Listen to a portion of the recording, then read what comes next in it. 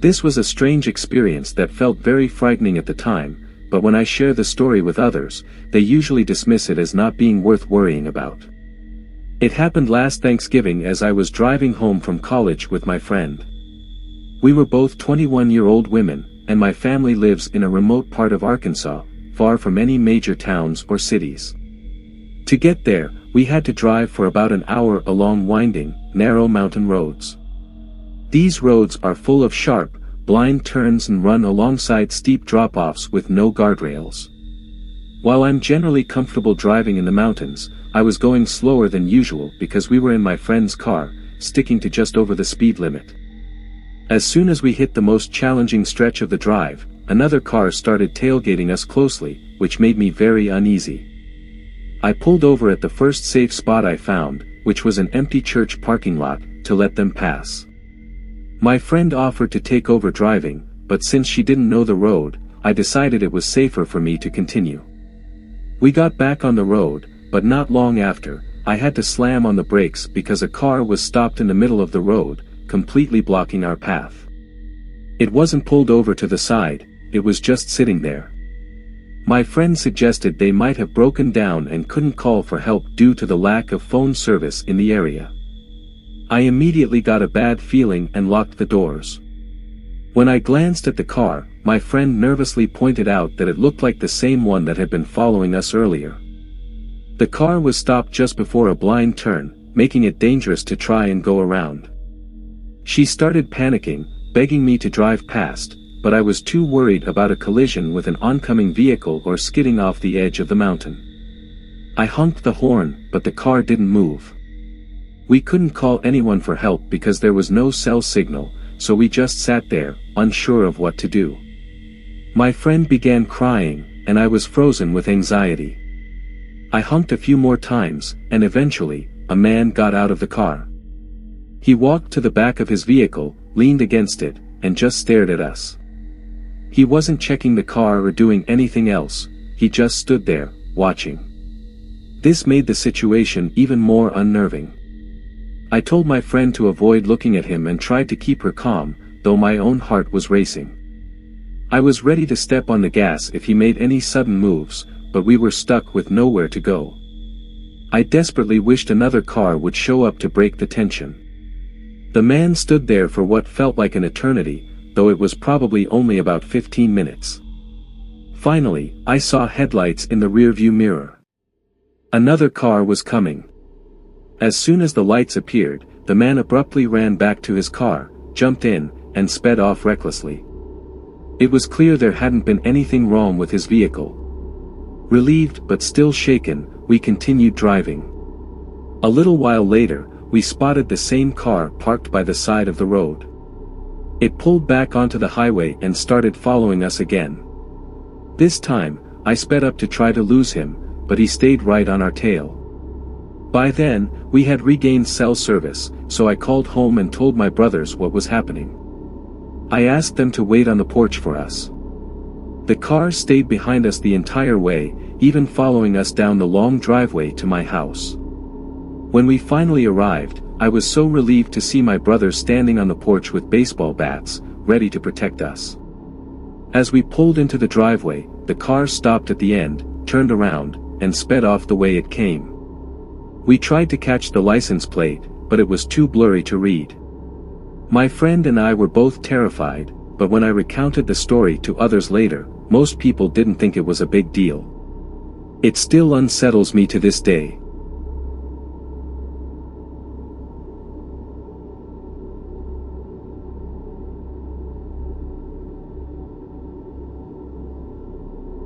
About 6 or 7 years ago, right after graduating high school, I joined my community college's soccer team and played for a year. During that time, I got to know a guy who worked in the athletics department. His job involved helping with sports events and managing equipment. He was also a student, so we occasionally bumped into each other around campus. On Tuesdays and Thursdays, I had a 1-hour break between classes, and I'd often spend that time near the athletics building or the soccer field. One afternoon, while I was in the library, he came up to me and asked why I was there. I explained that I had some free time between classes. After that, he started showing up regularly during my breaks to hang out with me. At first, I didn't think much of it. He seemed like an ordinary guy, and I didn't mind the company. It wasn't like he had a reason to be there, he just wanted to spend time with me. Occasionally, he'd bring little gifts, like chocolate or snacks, which felt a bit over the top for someone I barely knew. But he kept it subtle, probably to avoid coming across as too forward. The soccer season ended just before Thanksgiving. Only the teams advancing to playoffs continued playing, so our season was over. Around that time, he asked me about my plans for the next semester. I admitted that I hadn't figured out my schedule yet, mostly because I wasn't great at organizing or getting help from the college counselors. I also mentioned that I didn't want another long break between classes because it felt like a waste of time. I think that upset him. He also asked if I'd be playing another season, and I told him I wouldn't. Looking back, I probably shared more than I should have. At that time, I had a habit of speaking without considering how my words might affect others. This conversation happened on the last Thursday before Thanksgiving break. After that, there were no more hour-long gaps for us to hang out. We had the holiday, then finals, and finally winter break. Everything seemed normal until winter break started. That's when things took a strange turn. One morning, I noticed him parked outside my house, just sitting in his car. At first, I couldn't believe it was him. But when it happened again, I checked more carefully, and it was definitely him. Over time, he began showing up not just in the mornings but also in the afternoons when my parents were at work. He would sit there for hours, making me feel incredibly uneasy. I called the police a few times to report him, and they did come to talk to him. However, he refused to engage with them, saying he didn't want to talk. Since he wasn't technically breaking any laws, he didn't step onto my property, make threats, or display any weapons. The police couldn't do much to stop him. While they seemed sympathetic, it felt like their hands were tied, and I realized I couldn't count on them for help. Eventually, after some time, he stopped coming around. I don't know why, maybe he lost interest, or maybe his obsession shifted to something else. To this day, I have no idea what became of him, but I can only hope he moved on for good.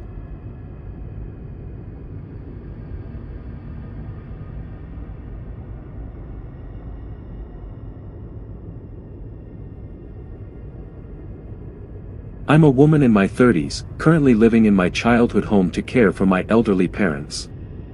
I stay in a downstairs room, and my bed faces a window that looks out onto the main street. I usually leave the window open at night since I need the cool air to sleep. I didn't think much about it because there's a cabinet with an aquarium in front of the window. While it doesn't completely block the view or access to the window, it would make it hard for anyone to climb in. My dog, Sable, always sleeps in the room with me. She's medium-sized with a light brown coat that makes her look friendly, but she's a great guard dog. Sable is extremely alert, reacting to even the slightest noise. If something seems unusual, she'll bark and growl, ready to protect me. Knowing she's there always gave me peace of mind, so I never worried about leaving the window open, until one night changed everything. It happened early one morning, around 3:30 or 4 a.m. I was awake, as my sleep is often interrupted because of my caregiving duties, and I was reading a book. Suddenly, Sable let out a deep growl. She jumped off the bed and started pacing, fixating on the window. She even leapt onto the cabinet by the window and began barking loudly. I went to the window and cautiously peeked out from the side of the curtains, looking for anything unusual. I didn't see anything, so I closed the curtains tightly, making sure they were fully drawn and secured to block any movement. I didn't feel too alarmed. Our street is usually quiet, though we sometimes hear foxes or neighbors passing by at night, which Sable occasionally reacts to. I figured it was just one of those noises. But this time, it wasn't. About half an hour later, just as I started to relax and thought I might fall asleep, Sable growled again, this time much deeper and more intense. Then I heard it, a strange, heavy breathing sound. It was the kind of unsettling noise you'd imagine a stalker making in a horror movie. My heart raced as I looked toward the window, and I froze. The curtain had been pulled back, and the bottom was lifted, as though someone was peeking inside. Terrified, I moved to the side of the window to get a better view. I saw a dark figure, a man, moving away from the window toward the front of the house and the garden exit. It was too dark to make out his face or clothes, but I could tell it was an average-height male figure with a smooth head, either bald or wearing a tight cap. Shaking, I realized he wasn't at the window anymore, so I quickly shut it and locked it. Then I grabbed my phone and called emergency services. What unsettles me most is that, even after I yelled, he didn't immediately leave. He stayed there until I moved the curtain to see him. It was like he wanted me to know he was there. While on the phone with the police, I went through the ground floor of the house, turning on lights and checking that everything was secure. Thankfully, nothing was out of place. The officers arrived just before 5 a.m., took my report, and advised me to talk to my neighbors about any security camera footage and to warn them about a potential prowler.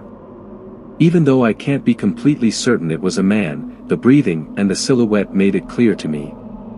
He didn't do anything to break into the house, but the fact that he came back a second time, even knowing a person and a dog were inside the room, terrifies me. What really haunts me is the thought of how easy it would have been for him to get inside. Most nights, I let Sable out into the back garden for a quick pee. There's a path along the side of the house that leads from the front to the back garden, with only a small gate that's meant to keep the dog in, not deter people from entering. It would be so easy for someone to hide there, completely out of sight. The way he came back a second time, deliberately making that heavy breathing noise, seemed like he was trying to scare me. Even after I shouted, he lingered at the window long enough for me to see him. He only moved away after I got close enough to look outside. Since that night, I've stopped leaving the window open, no matter how much I want the cool air. I still don't know why he was there, whether it was an attempt to break in or just some twisted attempt to frighten me. Either way, I don't think I'll ever feel entirely safe in this room again.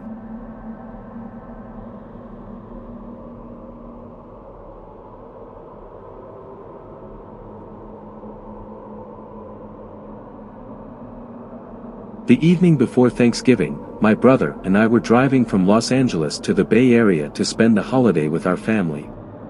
As we neared our destination that night, the car's fuel gauge was running low, so we decided to stop at a gas station to fill up. My brother mentioned he needed to use the restroom and headed inside, leaving me to handle the gas pump. While I was finishing up, I noticed a man emerging from the shadows near the gas station building. He had a scruffy appearance, wearing old, worn-out clothes. He gave me a nod, greeted me, and then quickly asked if I wanted to buy a PlayStation 4. His speech was hurried, and he kept glancing around nervously, as though he was expecting someone or worried about being seen. I felt uneasy about the whole situation, being approached so suddenly, especially late at night at an almost empty gas station. Politely, I told him no, but I couldn't shake the feeling that something was off. It seemed pretty likely that the PlayStation was stolen. After all, people don't typically sell expensive electronics to strangers at gas stations in the middle of the night. When I declined, he became more insistent, pushing harder to make the sale. By that point, I was growing irritated. I'm not comfortable with strangers approaching me out of nowhere, so I was immediately on guard. Living in a tougher area of LA, I've seen people trying to sell questionable items, phones, laptops, jewelry, all of which often appear stolen. I've learned to stay cautious, but it still puts me on edge. I told the man firmly to leave, but he didn't take the hint. Instead, he acted as if approaching me politely at first somehow justified what he was doing, as though that made it okay to try selling me likely stolen goods. His sense of entitlement baffled me. When he realized I wasn't going to budge, he became aggressive, yelling threats at me. Even though I was bigger than him, I felt a surge of fear. His oversized, loose shirt made it impossible to tell if he had a weapon hidden underneath. My heart was racing as I scanned the area, hoping someone else might be nearby. Thankfully, the man didn't follow through on his threats. Instead, he turned away and walked off. I watched as he got into a white pickup truck where a woman was already sitting in the passenger seat. They both glanced at me, smirking smugly as they drove away. When my brother returned from the restroom, I was eager to leave and put the unsettling encounter behind us. At the time, I didn't dwell on it much, but later, I realized how differently things could have turned out if the man had reacted another way. The situation had the potential to escalate quickly, and it wasn't until we were safely back on the road that I fully appreciated how tense it had been. It's unnerving how being in the wrong place at the wrong time can turn things dangerous in an instant.